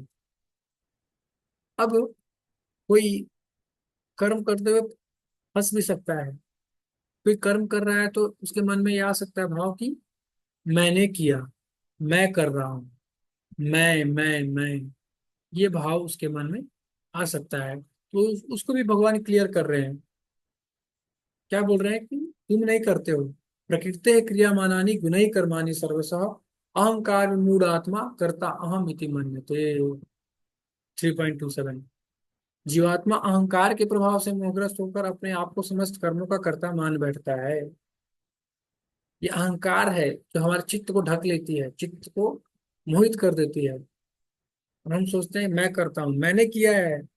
अरे मैंने ये कमाया है पैसा, ये पैसा मेरा है, मैंने कमाया, मैंने अपने हाथ से कमाया है, मैंने अपनी मेहनत से कमाया, मैं बुद्धि से कमाया। लेकिन नहीं सर, आपने नहीं कमाया। ये प्रकृति के तीन गुण है जो करती है कार्य, प्रकृति के तीनों गुणों द्वारा होता है। सतोगुण, रजोगुण, तमोगुण, ये तीनों का खेल है। आप तो केवल जीवात्मा है, विटनेस, एक साक्षी के रूप में विटनेस, जो सब कुछ देख रहे हैं, एक्सपीरियंस कर रहे हैं। लेकिन करने वाले आप नहीं। करने वाली प्रकृति के तीन गुण हैं, जबकि वास्तव में वे प्रकृति के तीनों गुणों द्वारा संपन्न के साथ हम तो सिर्फ कठपुतली की तरह नाच रहे हैं प्रकृति के तीनों गुणों के। कभी रजोगुण बढ़ता है तो लोभ, काम, तमोगुण बढ़ता है तो नींद, सोते हैं बढ़िया से आराम से, सो जाओ आज। ये सोने का क्रिया कौन कर रहा है? ये प्रकृति के तीनों गुणों करवा रही है आपसे। तमोगुण आपको सोने पर मजबूर कर देगा, रजोगुण आपको काम करने पर मजबूर करेगा, सतोगुण आपको बोलेगा कि चलो आज शास्त्र पढ़ते हैं। तीनों गुण आपको डिक्टेट कर रही है। आप तीनों गुणों के वश में है, जो आपके मन, बुद्धि और अहंकार के, मन बुद्धि इंद्रियों में है तीनों गुण प्रभाव। तो ये ठीक। अर्जुन अर्जुन फिर प्रश्न पूछते हैं भगवान से। 43 श्लोक है इसमें, तीन प्रश्न अर्जुन पूछते हैं, बाकी 40 श्लोक भगवान बोलते हैं। 3 श्लोक अर्जुन बोलते हैं, 40 श्लोक भगवान बोलते हैं। इसमें 43 श्लोक है टोटल चैप्टर 3 में। तो अर्जुन अब बोल रहे हैं कि ठीक है, ये तो बात मैं समझ गया कि प्रकृति के तीनों गुण कितना खतरनाक है। अब ये सारा खेल ये गलती है, अब फंसाता हूं मैं। हाँ, सबसे बड़ा क्या फंसाती है वो भी बता रहे हैं कि प्रकृति के तीनों गुणों में ही चर्चा जब हो रहा था अर्जुन और कृष्ण के बीच में, अब चर्चा कहाँ हुआ, कहाँ शुरू हो गया? प्रकृति के तीनों गुणों के ऊपर चर्चा शुरू हो गया 27वें श्लोक से। तो अब अर्जुन पूछ रहे हैं कि कर्म तो करता है, लेकिन ये बताइए कि पाप क्यों करता है व्यक्ति, पाप क्यों करने लगता है, गलत काम क्यों करता है? कोई व्यक्ति गलत काम करता ही क्यों है? कहाँ दिक्कत हो जाता है, या कि करते करते वो गलत काम में क्यों फंस जाता है? पूछ रहे हैं अर्जुन। अतः केन प्रयुक्तो अयम पापम चरति पुरुषः निच्छन अपि वार्ष्णेय बलाद्यु नियुक्त। सब ठीक है, नियत कर्म कर रहा है, सब कुछ कर रहा है, लेकिन पाप क्यों करने लगता है, गलत काम क्यों करता है, नियम क्यों तोड़ना है? क्यों नियम तोड़ देता है? आपका नियम बनाया हुआ, भगवान का बना हुआ नियम क्यों तोड़ता है? अर्जुन पूछ रहा है प्रश्न। क्यों पाप करता है? ना चाहते हुए पाप करता है, चाहता नहीं है फिर भी पाप हो जाता है उससे, गलत काम हो जाता है उससे, बलपूर्वक में लगाया जा रहा है, बलपूर्वक जबरदस्ती से खींच लिया जाता है। जैसे यहाँ पे जबरदस्ती से खींच रहा है जीवात्मा को। तो भगवान बता रहे हैं, काम ऐसा क्रोध ऐसा रजोगुण समुद्भवा महाष्णो महापापमा विद्धि एनम ये वैरिणम। शिव भगवान क्या बोल रहे हैं? हे अर्जुन, इसका कारण रजोगुण के संपर्क से उत्पन्न काम है, जो बाद में क्रोध का रूप धारण करता है। क्रोध कौन है? काम का छोटा भाई क्रोध है। और जो इस संसार का सर्वभक्षी पापी शत्रु, सर्वभक्षी पापी शत्रु है, सब खा जाने वाला।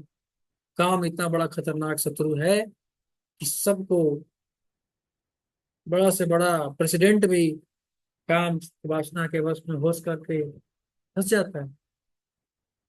कोई नहीं बच सकता है। बड़े से बड़े देवता, दानव, गंधर्व, कोई भी इस प्रकृति के तीनों गुणों से बस नहीं बच सकता। ये इतना ज्यादा डेंजरस है। बड़े से बड़े देवता भी काम वासना के वश में हो करके गलत कार्य करते हैं।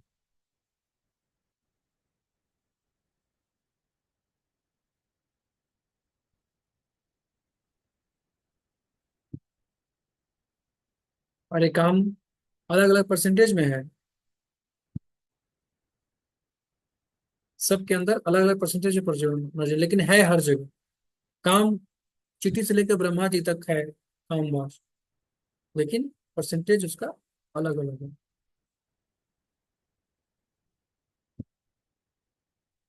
तो भगवान बता रहे हैं कि कैसे इस काम पे विजय प्राप्त कर सकते हो। तो इस ज्ञान को समझो कि हमारे इंद्रियों से परे हमारी बुद्धि है। अब हमारी इंद्रियों से परे हमारा मन है, मन से परे हमारा बुद्धि है, बुद्धि से परे हमारा हम है, आत्मा। हम आत्मा है, और इंद्रियां हैं, उसके ऊपर मन है, मन के ऊपर बुद्धि है, और बुद्धि के ऊपर आत्मा है। ये चीज को समझो। और फिर क्या करो?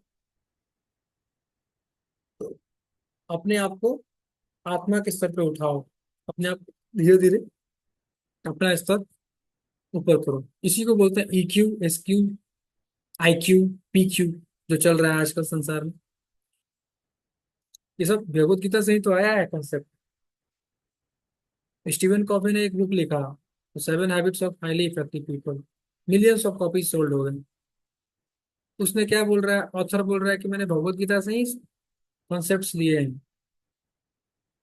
जो कॉन्सेप्ट है वो मेरा अपना डेवलप किया हुआ नहीं है, मैंने खुद इन्वेंट नहीं किया है। भगवत गीता से मैंने उठाया है कॉन्सेप्ट, उसी के आधार पे मैंने लिख दिया बुक। और 7 मिलियन कॉपी सोल्ड हो गए। वाह, 70 लाख लोगों ने पढ़ लिया। और लोग भगवत गीता नहीं पढ़ते हैं, लेकिन 70 लाख कॉपी भगवत गीता से ही निकाल के लिख दिया, वो पढ़ते हैं।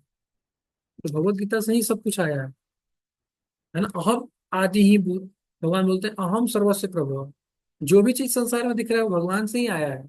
भगवत गीता क्या है? भगवान की वाणी है, यानी भगवान से ही आया, भगवत गीता से ही आया। अगर कोई भी बुक आप देखो, कोई भी कॉन्सेप्ट देखो, तो भगवत गीता से मिल जाएगा कहीं ना कहीं आपको। महाभारत से, भगवत गीता से। यदि हास्ति तदन्यत्र यन्न हास्ति न तत्वचित्। जो भगवत गीता में है वो सब जगह है, और जो इसमें नहीं है वो कहीं भी नहीं है। ये बात तो सच है। जिसे हम जानते हैं, अब भगवत गीता में हम पढ़ेंगे 15वें अध्याय में, इस संसार में जो भी है वो रिफ्लेक्शन है स्पिरिचुअल वर्ल्ड का, रिफ्लेक्शन। इसलिए भगवत गीता में जो है वही संसार में है। अच्छा, भगवत गीता में नहीं है वो संसार में कहीं नहीं है। तो ये बताया जा रहा है कि हम कैसे काम वासना पर विजय प्राप्त कर सकते हैं। अपने आप को आध्यात्मिक स्तर पर ले आए, तब बच जाएंगे हम काम वासना से पूर्ण रूप से। ये स्तर होता है, हर व्यक्ति का अलग अलग स्तर होता है। कोई शारीरिक स्तर पे है, कोई इंद्रिय के स्तर पे है, कोई मानसिक स्तर पे है, कोई बौद्धिक स्तर पे है, कोई आध्यात्मिक स्तर पे है। जैसे एक स्टालिन नाम का एक बहुत बड़ा गुंडा था, जो कि कम्युनिस्ट सरकार को स्टैब्लिश करने की कोशिश किया था रसिया में। तो उसको एक बार पेट में कुछ प्रॉब्लम हो गया, तो वो गया डॉक्टर के पास। डॉक्टर बोला कि सर्जरी करके आपको एनेस्थेसिया देंगे, सर्जरी कर देंगे, निकाल देंगे, ठीक हो जाएगा। तो बोला कि नहीं, मुझे देखना है क्या क्या है, मुझे विश्वास नहीं है तुम्हारे ऊपर। एनेस्थीसिया दिया, लो पी लो। गिलास में नहीं पिया, वो मना कर दिया। पहले लिक्विड फॉर्म में होता था एनेस्थीसिया, उसको पीने के बाद आदमी बेहोश हो जाता था, और सर्जरी कर करके उसका प्रॉब्लम को सॉल्व कर दिया जाता। तो स्टालिन ने अपने शरीर को, अपने पेट को फटते हुए देखा, चीरते हुए देखा डॉक्टर को। तो मतलब वो व्यक्ति कितना मानसिक स्तर पे चला गया था, कितना गिरा हुआ व्यक्ति भी मानसिक स्तर पे चला गया था। कहने का ये अर्थ है कि देखिए, हमारा स्तर होता है बुद्धि का स्तर पे भी। देखिए कई लोग बुद्धि के स्तर पे होते हैं, साइंटिस्ट 12-12 घंटे बैठ के लेबोरेटरी में लगे रहते हैं। क्यों? क्योंकि मजा आता है, बुद्धि के स्तर पे भी है, आनंद है। लेकिन आध्यात्मिक स्तर पे अगर आप चले गए तो आप सबसे ज्यादा ब्लिसफुल रहेंगे, मोस्ट ब्लिसफुल, आनंद ही आनंद। और वहां पे कोई काम वासना, कोई ये सब चीजें नहीं पसंद करती है। वही भगवान बता रहे हैं कि हमको अपने आप को इस स्तर पे लेके जाना है। आध्यात्मिक स्तर पे आप ले आएंगे अपने आप को, फिर आपको संसार में सब कुछ दिख जाएगा। अज्ञान ज्ञान पता चल जाएगा कि ये क्या है, ये क्या है। आध्यात्मिकता क्या है? एक लाइट है जो आपको, टॉर्च लाइट जैसा होता है ना, आपको पता चल जाता है कि ये है, ये है, ये क्या है, ये मेरे काम का, ये मेरे काम का नहीं है, ये सही है, ये गलत है। वो ज्ञान आपको अध्यात्म कराता है। तो जब आप आध्यात्मिक स्तर पर चले जाएंगे तो अपने आप ऑटोमेटिक काम वासना ये सब चीजें परेशान नहीं करता। आपको पता चल जाता है क्या गलत है, क्या सही है, कितना आप कंट्रोल कर लेंगे आप अपने इंद्रियों को, अपने मन को, उस स्तर पे रहेंगे। तो ये इसी को यहाँ पे भगवान बता रहे हैं कि अपने आप को इस लेवल पे लाने का है। अपने इंद्रियों को सबसे पहले तो अपने इंद्रियों को जो है विषयों से हटाने का है, मतलब रिप्लेसमेंट करना है, भक्ति में रिप्लेसमेंट करना है। अपना आँख को फिल्म देखने में लगा रहे हैं, भगवान के विग्रह में लगाइए। अपने कान को गाना सुनने में लगा रहे हैं, अपने कान को कथा में लगाइए। अपने जीभ को आप गाली देने में लगा रहे हैं, कीर्तन करने में लगाइए। इस तरह से हम काम वासना पे विजय प्राप्त कर सकते हैं। धीरे धीरे क्या होगा, हमारा कॉन्शियसनेस का स्तर बढ़ना शुरू हो जाएगा। चेतना एक समय पे ऐसा आएगा कि कोई काम वासना परेशान नहीं कर सकता। तो आज का अध्याय का सारांश ये रहा कि सबसे पहले अर्जुन ने प्रश्न किया कि त्याग करूं या कर्म करूं, दोनों में से क्या श्रेष्ठ है मेरे लिए बताइए। तो भगवान ने बताया कि, और फिर 3 से 9 तक क्या बताया कि निष्काम कर्म योग और ज्ञान योग में क्या बड़ा है क्या छोटा है, ये बताया। फिर 10 से 16 में बताया भगवान की कर्म योग से, सॉरी, कर्म कांड से कर्म योग का सफर बताया। कर्म कांड छोड़ो और कर्म योग करो। लोग बोलते हैं ना कर्म योग, मैं कर्म योगी हूँ। अरे भैया, आपको कर्म योग पता नहीं है ना, आपको कर्म पता है ना योग पता है, आप बोल रहे हो कर्म योगी हूँ मैं। क्या कर्म योगी हो? योग मतलब क्या होता है? जोड़ना। जब तक आपका कर्म भगवान से नहीं जुड़ेगा तब तक वो कर्म योग नहीं है। तो आप कर्म योगी तो हो ही नहीं, पता इसमें पहले समझ लो कर्म योग क्या है, फिर आप बोलो कर्म योगी हूँ। कर्म योग कोई आसान आसान नहीं है, सरल नहीं। तो समझो पहले, उसको समझ लो तब तो फॉलो करोगे, पहले समझोगे तब तो फॉलो करोगे। फिर 17 से 35 में क्या बता रहे हैं? मिसाल पेश करना चाहिए। ठीक है, आप कर्म से मुक्त हो गए हो, फिर भी आप कर्म करो। क्यों? क्योंकि महान लोग जो कर्म करते हैं उसको साधारण लोग फॉलो करते हैं। फिर 36 से 43 अध्याय में भगवान बता रहे हैं कि सबसे बड़ा दुश्मन क्या है हमारा, उसका चर्चा होता है। काम, अब उसको कैसे दूर करना है वही बता दिए भगवान। अपने आप को आध्यात्मिक स्तर पे लेके आओ, ये सोल्यूशन है काम का। और वो कैसे होगा वही मैं बता दिया आपको डिटेल में। हरे कृष्णा। हरे कृष्ण। प्रश्न है? जी, जैसे अभी एक श्लोक में आया था जहाँ पे भगवान बताते हैं कि हम जब यज्ञ करते हैं तो उससे देवता भी प्रसन्न होते हैं, यज्ञ करने से मतलब विष्णु तो प्रसन्न होते ही हैं। तो इस तरह वो हम्म। कॉपरेट के बारे में बताते हैं वहाँ पे कि लाइक हम हाँ, कॉपरेट। कोऑपरेट करना। यस। तो जैसे यस अब यस पूछ। जैसे जैसे स्पोन डिवोटीज या जो भी लोग हैं जो जैसे हरिनाम करते हैं, कलयुग में हरिनाम ही यज्ञ है। तो यही सफिशिएंट है ना उसके लिए? ऐसे नहीं ना कि देवता जैसे अदर लोग हैं जो भगवान का नाम ना लेके दूसरे तरीके से चीजें करते हैं, मतलब वो उनको ऐसा भगवत गीता का फिलॉसफी पता भी नहीं है। और जैसे वो एक नेचुरल है ना, जैसे वो यज्ञ नहीं करते बट स्टिल भगवान की व्यवस्था से देवता लोग वर्षा तो करते ही है, मतलब मिल ही रहा है सबको अन्न। तो ये कैसे, मतलब मतलब कि वो यज्ञ तो कर नहीं रहे ऐसे नॉर्मल लोग, हम्म। पर फिर भी भगवान की कृपा से या देवता लोग, ये कैसे? संतों की कृपा से, संतों की कृपा से। संत लोग इस पृथ्वी को संत लोग बचा के रखे हुए हैं, नहीं तो ये पृथ्वी तुरंत नष्ट हो जाए, खत्म हो जाए। पापी लोग इस पृथ्वी को नहीं चला रहे हैं। संत लोग कहीं ना कहीं तपस्या कर रहे हैं, कहीं ना कहीं यज्ञ कर रहे हैं। धर्म बचा हुआ है, इसलिए संसार चल रहा है। अगर संसार, संत लोग खत्म हो जाएं, संत लोग नहीं रहे तो ये संसार तुरंत खत्म हो जाएगा। जिस रेट से लोग गाय काट रहे हैं उस हिसाब से संसार नहीं बचने वाला। लेकिन क्योंकि संत लोग हैं जो अभी भी धर्म का प्रचार कर रहे हैं, हरिनाम संकीर्तन कर रहे हैं, पूरी दुनिया में प्रचार हो रहा है अभी धर्म का, इसीलिए संसार जो है वो चल रहा है अच्छे से। तो उसमें इग्नोरेंस लोग भी, जो इग्नोरेंट लोग हैं वो भी संतों की कृपा से वो उनको भी कृपा मिल जाता है। इसको बोलते हैं अज्ञात स्वीकृति। बिना ज्ञान के ही स्वीकृति मिल जाता है उनको, उनको पता नहीं है लेकिन उनके ऊपर दया हो रहा है। बिना उनके इंफॉर्मेशन के उनके ऊपर दया हो रहा है, उनको पता नहीं है कि मेरे ऊपर कोई दया कर रहा है, लेकिन उनके ऊपर दया हो रहा है। संतों का दया सबके ऊपर, बिना किसी कारण के दया करते हैं संत, अकारण ही दया करते हैं। तो संतों के दया के दम पे पापी लोग भी पल रहे हैं, उनका भी जीवन चल रहा है। लेकिन क्या, वो संत की कृपा से। अगर संत अपना कृपा हटा दे तो भगवान उसको तुरंत मार देंगे, क्योंकि भगवान को फर्क नहीं पड़ता है पापी दुष्टों से। नियम, प्रकृति माता ही मार देगी उसको। जो दुष्ट नियम तोड़ता है उसको तुरंत मार दिया जाता है, ज्यादा दिन जितना नहीं। लेकिन वो जी रहा है क्योंकि संत लोग का कृपा है। संत लोग उस धरती पे, उस भूमि पे करते हैं तो सबको कृपा मिल जाता है ऑटोमेटिकली। ये बात है। एक संत भी अगर धर्म का प्रयास वो करता है तो, जैसे एक प्रहलाद महाराज ने अपने 21 पीढ़ी का उद्धार कर दिया। एक संत, केवल एक संत था, लेकिन पूरा परिवार, असुर कुल का पूरा परिवार का उद्धार हो गया। तो एक ही संत जो है पूरे गांव को, पूरे शहर को तार देता है। ऐसा है। प्रभुपाद क्या थे, अकेले एक संत थे, लेकिन अमेरिका, ऑस्ट्रेलिया, कहाँ कहाँ घूम करके सबका उद्धार कर दिया, एक संत।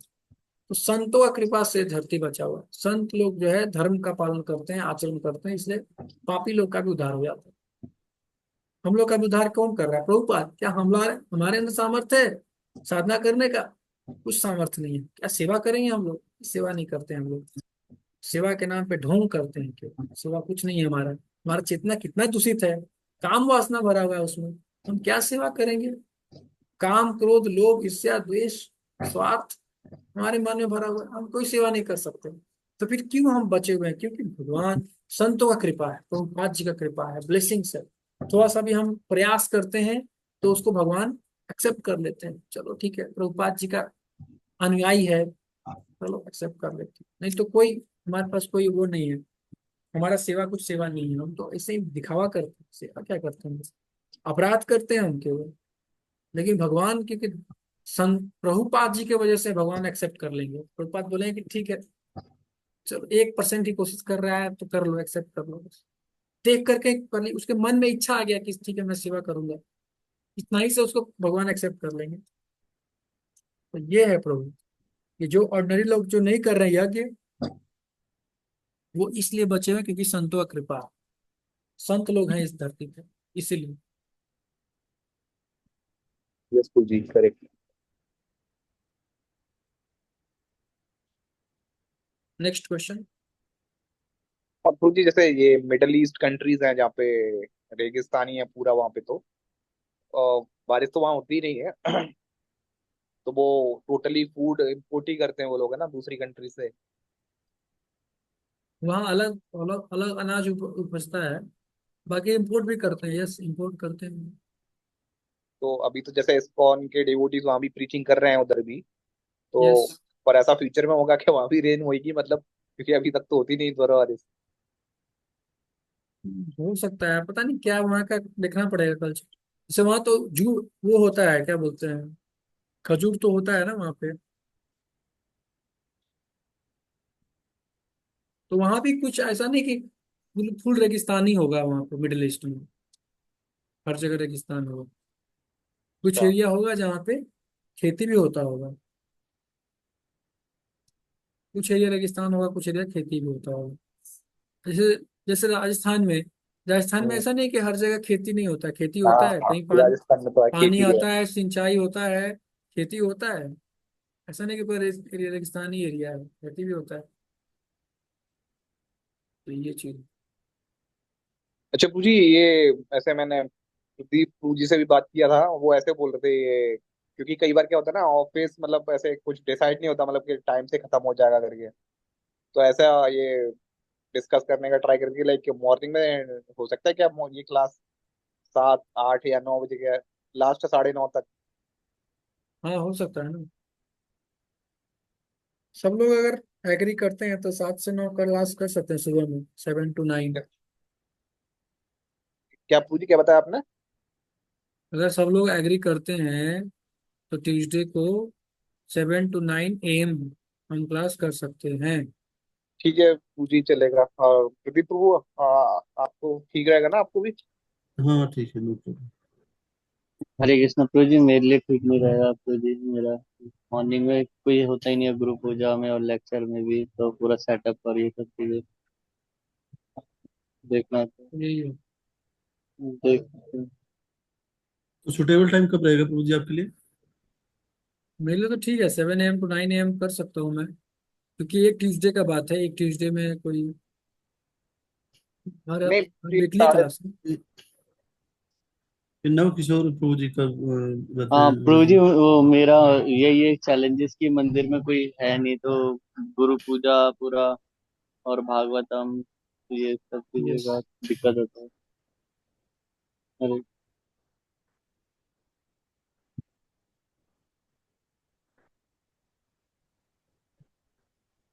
प्रभु जी आप जैसे शाम को रहते हैं खाली, मतलब शाम को नव किशोर प्रभु जी? प्रभु जी, मैं यूपी की साइड रहता हूँ प्रभु जी, साहिबाबाद गाजियाबाद के नियर। अच्छा अच्छा प्रभु जी। तो नहीं, आपके लिए शाम अगर कोई में सुटेबल टाइम हो तो आप बताइए। नवकिशोर प्रभु आप कब फ्री रहते हैं, मतलब किस टाइम पे आप क्लास करने के लिए कंफर्टेबल हैं? गुरु जी, मैं क्लास के लिए तो वही जैसे हमारा शेड्यूल होता है 9 बजे तक, उसके बाद फ्री हो जाते हैं सुबह। और फिर दिन में भी फ्री रहते हैं, 1 के बाद 4 बजे तक, 5:30 बजे तक। हम्म। तो दिन में भी कोई टाइम टेम्पल सेट का। कर सकते हैं अगर, दिन का टाइम भी सेट कर सकते हैं, 3 से 5, दो से हाँ चार तीन। हाँ। ऐसा कुछ सेट कर हम्म, सकते हैं। हाँ, एक ये से मेरे लिए तीन भी ज्यादा अच्छा रहेगा प्रभु जी। हाँ। 10 से 11 प्रभु जी, या ग्यारह दो से घंटे बारह 2 घंटे का या होगा। हाँ मतलब 10 से 12 या तो भी। हाँ, डेढ़ दस घंटे से भी कर बारह सकते ये। हैं, 1.5 घंटे। हाँ हाँ, 1.5 घंटे भी प्रभु जी ठीक है, हाँ, डेढ़ दो दस से घंटे बारह दस भी से कर बारह ही सकते है। हैं। हाँ, यस। ये ठीक है। आप तीनों लोगों के लिए वो जो टाइम सुटेबल है वो कर सकते हैं, 10 से 12 में तीनों को चलेगा, 10 से 12। ये यस प्रभु जी, 10 से 12। हाँ प्रभु जी मुझे भी चलेगा, बट अभी ऑफिस स्टार्ट होने वाला है 1 अक्टूबर से प्रभु जी। तो देखना पड़ेगा, 1 अक्टूबर से प्रॉब्लम हो सकती है। ट्यूसडे, एवरी ट्यूसडे 10 से 12। ठीक है प्रभु जी, ट्यूसडे 10 से 12 में मैनेज कर लूंगा। अरविंद नेत्र प्रभु कर लेंगे? हाँ पूजी, 11 तक तो मैं अवेलेबल रहता हूँ। 11 बजे एक ऑफिस का कॉल होता है, पर मैं देख लूंगा, ट्राई कर लूंगा। ठीक है, फिर 10 से 12 जो है वो क्लास का टाइम रहेगा, एवरी ट्यूसडे। ठीक है। ठीक है यस पूजी। प्रभु जी। ओके। और कोई प्रश्न है?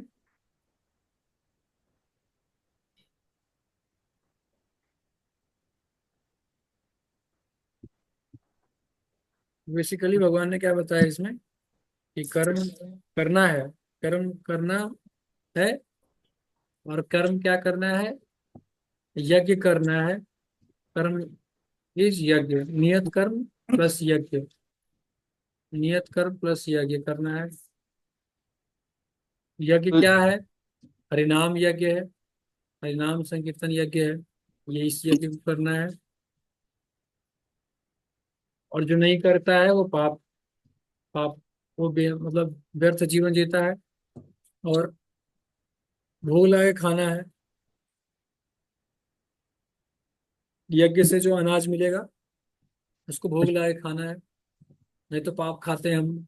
बिना भोग लगाए खाते हैं तो क्या होता है? पाप भोजन, पाप खा रहे हैं। और फिर भगवान बोल रहे हैं, बताएं कि कर्तव्य से कौन मुक्त है? किसके लिए कोई कर्तव्य नहीं है? जो व्यक्ति आत्माराम बन चुका है उसके लिए कोई कर्तव्य नहीं है, वो कर्तव्य से मुक्त है, उसके लिए कोई ड्यूटी नहीं है। तो फिर वो कर्म क्यों करे? ताकि वो संसार के सामने रोल मॉडल बने, संसार के सामने आदर्श आचरण करे, ताकि संसार उसको देख करके फॉलो करता है। हाँ? महान लोग जो ऐसा आचरण करेंगे वैसे साधारण लोग उसका अनुसरण करेंगे, इसलिए उसको कर्म करना चाहिए। उसके बाद फिर अर्जुन बोलता है कि ठीक है कर्म तो करते हैं, लेकिन कर्म करने के दौरान हमको अहंकार भी आता है ना? कर्म करने के दौरान हम ये भी सोचते हैं कि मैं करता हूँ। ये क्यों? क्योंकि प्रकृति, ये इसलिए होता है। इसके पीछे क्या कारण है?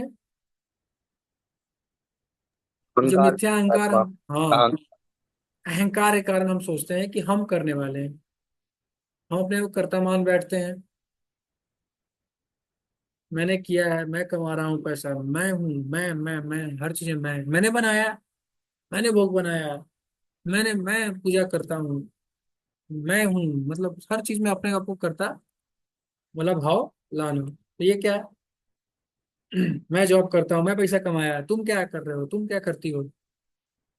मैं चला रहा हूँ घर, मैं पाल रहा हूँ बच्चे, मैं सब करता हूँ। स्टूडेंट सोचता है मैं अपने दम पे पास हुआ हूँ, मैंने ऐसा किया इसलिए, मैंने पढ़ाई किया, मेहनत किया, मिल गया, मैंने सब किया, मैं हर चीजें मैं। लेकिन ऐसा नहीं, प्रकृति के तीनों गुणों द्वारा होता है ना? भगवान क्या बता रहे हैं कि प्रकृति के तीनों गुण करती है।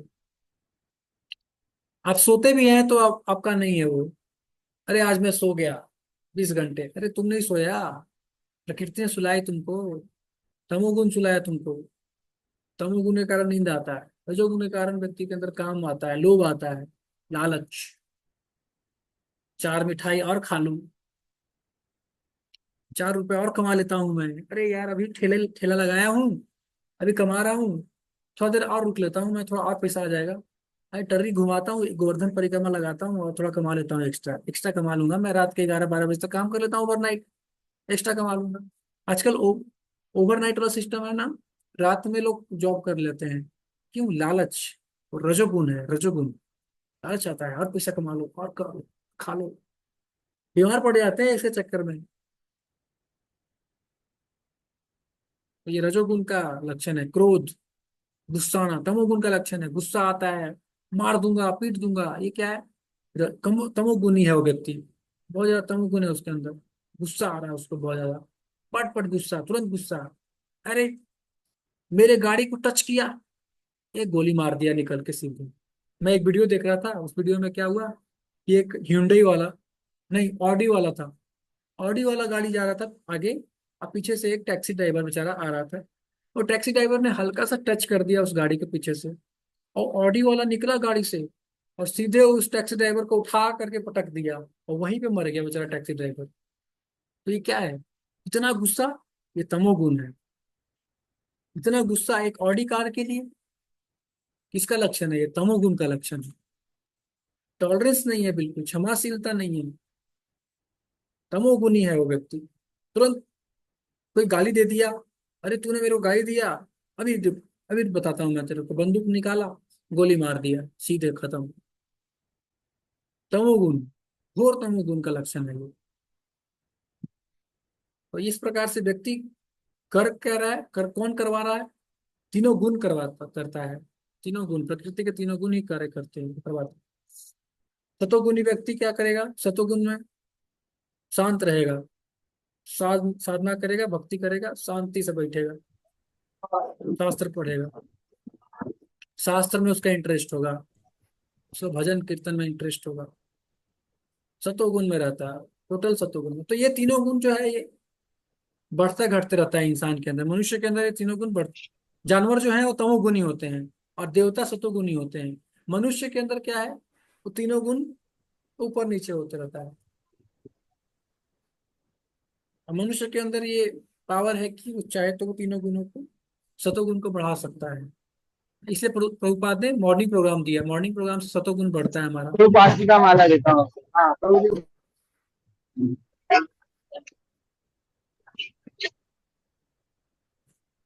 उसके बाद भगवान क्या बताएं, उसको अर्जुन पूछा कि ठीक है ये तो ठीक है, लेकिन ये बताए कि आदमी पाप क्यों करने लगता है, गलत काम क्यों करता है, नियम क्यों तोड़ता है। आपने जो नियम बना के दिया उसको तोड़ता ही क्यों है व्यक्ति। तो भगवान बोल रहे हैं कि उसके पीछे भी कारण है। रजोगुण, रजोगुण से उत्पन्न काम उसका कारण है। काम है शक्रो जैसा रजोगुण समुद्भवा माश न महापापमा। रजोगुण से उत्पन्न जो काम है वो उसको पाप करने पे बलपूर्वक क्या उसको काम कटिंग वाला प्रभु बुला पाप लो। करवाता है। बलपूर्वक उसको काम करवाता है, बलपूर्वक पाप करवाता है। कामी व्यक्ति बलपूर्वक पाप करता है, नहीं चाहता है, अरे नहीं नहीं नहीं, फिर भी वो मिठाई खा लेता है चुरा करके, चोरी कर लेता है वो। जीव है ना, उसको काम, जीव में काम वासना है, वो काम वासना उसको बलपूर्वक चोरी करने मजबूर कर देता है। पैसा, पैसा एक बार पैसा चुराया, फिर दोबारा उसको पैसे चुराने का मन करेगा, क्यों? क्योंकि काम वासना, उसके प्रति काम आ गया। कोई चीज खरीदना है, खरीदना है, आईफोन देख लिया उसने, आंख में दृष्टि पड़ गया उसको, अब उसको उसके अंदर इच्छा जाग गया, काम जाग गया, चाहिए चाहिए चाहिए चाहिए चाहिए। बस पाप करेगा वो, गलत काम करेगा, चुराएगा। अगर उसके पास धन नहीं होगा तो चोरी करेगा, कमाया, लेकिन लेगा वो अपने काम वासना को पूरा कर। नहीं हुआ तो क्रोध आएगा, उसको गुस्सा आएगा। तो इस तरह से चलता है सिस्टम। काम ऐसा, क्रोध ऐसा, रजोगुण समझ, जहाँ काम है वहां क्रोध भी रहेगा, छुपा रहता है, छुपा फॉर्म में रहता है क्रोध। जब काम वासना पूरा नहीं होगा तो क्रोध आ जाएगा, फटाक से क्रोध आता है, तुरंत गुस्सा आता है। ये सिस्टम है, ऐसे भगवान बता रहे हैं कैसे चलता है। काम ऐसा, क्रोध ऐसा, रजोगुण समझ। लड़की लड़की को प्रपोज किया, लड़की रिजेक्ट कर दी, कामना पूरा नहीं हुआ, कामना था कि लड़की मिलेगी मेरे को, शादी करूंगा, वाह मजा आएगा। लेकिन जैसे रिजेक्ट कर दी वैसे ही गुस्सा आ गया उसको, लड़की को मार दिया, सीधे मार दिया उसको, डेथ, खत्म। क्या है? काम ऐसा, क्रोध ऐसा। काम नहीं हुआ तो क्रोध आ गया, काम पूर्ण नहीं हुआ तो क्रोध आ गया। ये होता है सर, काम ऐसा, क्रोध ऐसा, इतना खतरनाक है ये काम, पाप में लगाता है। और भगवान बता रहे हैं कि हर एक जीव में है ये काम, हर एक व्यक्ति में काम है। तो इसको कैसे ओवरकम करना है? अपने आप को एलिवेट करके, अपने आप को भक्ति में लगा करके। जब हम भक्ति योग के प्रोसेस में लगते हैं तो इस काम वासना पे विजय प्राप्त कर लेते हैं, अन्यथा इसको प्राप्त करना असंभव है, कभी नहीं प्राप्त कर सकते हैं इसको। और बड़े बड़े देवता भी काम वासना के वश में हो जाते हैं। बड़े से बड़े देवता, ऋषि मुनि, कोई भी काम वासना, सेक्स डिजायर के चक्कर में फंस के हर व्यक्ति से फंसा हुआ है। बड़े से बड़े इस, प्रेसिडेंट इसमें भी। हम्म। प्रभु जी, इसमें देवी देवता जो अस्त्र शास्त्र शस्त्र धारण क्यों करते हैं? मतलब सभी जैसे देवी देवता उनके हाथ में शस्त्र होता है, भगवान के पास भी होता है, विष्णु भगवान के पास या कृष्ण भगवान के शस्त्र पास। होता है और हम्म, उसका कुछ पर्पस होता है, हर शस्त्र का कुछ ना कुछ पर्पस होता है। सब देवी देवता तो कहाँ धारण करते हैं? ऐसे मैक्सिमम सरस्वती, करते हैं सरस्वती जैसे। माँ, सरस्वती माता कहाँ धारण करती है? नहीं करते। लक्ष्मी माता कहाँ धारण करती है?